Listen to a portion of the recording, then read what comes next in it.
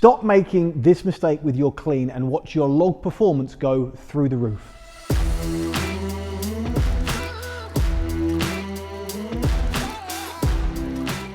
There's an easy tell to know if you're making this mistake with your log clean, and that's either the evening after, the hours after, maybe even the day after. You're getting pain in your wrists and or your biceps.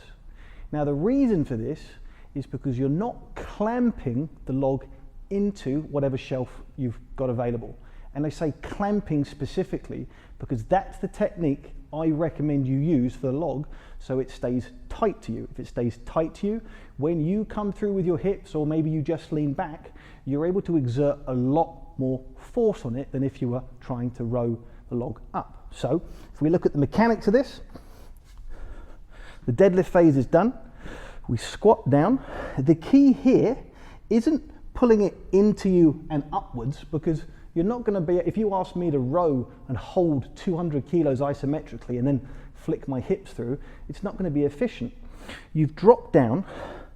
Your shelf, which is either your belly, the belt, or maybe a combination of the both, is below the log. You can now pull the log back and clamp your elbows down and into you. So we clamp here, and then the log is essentially an extension of you, which allows you to perform dynamic triple extension for the clean.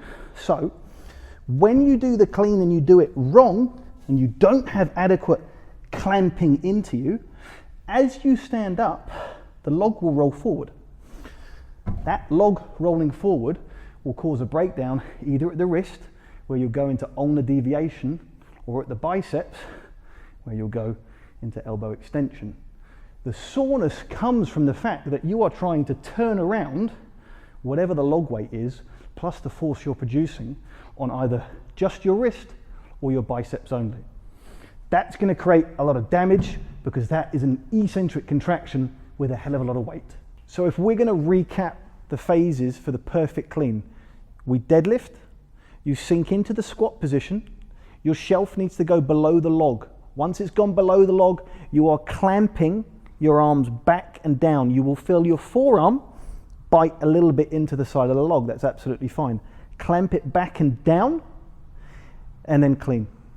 If, when you review your videos, as you can do quite easily these days, there's any forward rotation of the log, even a millimeter, you're losing efficiency. You need to dial the weight back, perfect the clean, get stronger in that musculature with that specific technique, and then you will be able to move forward and watch your log grow to new levels of performance.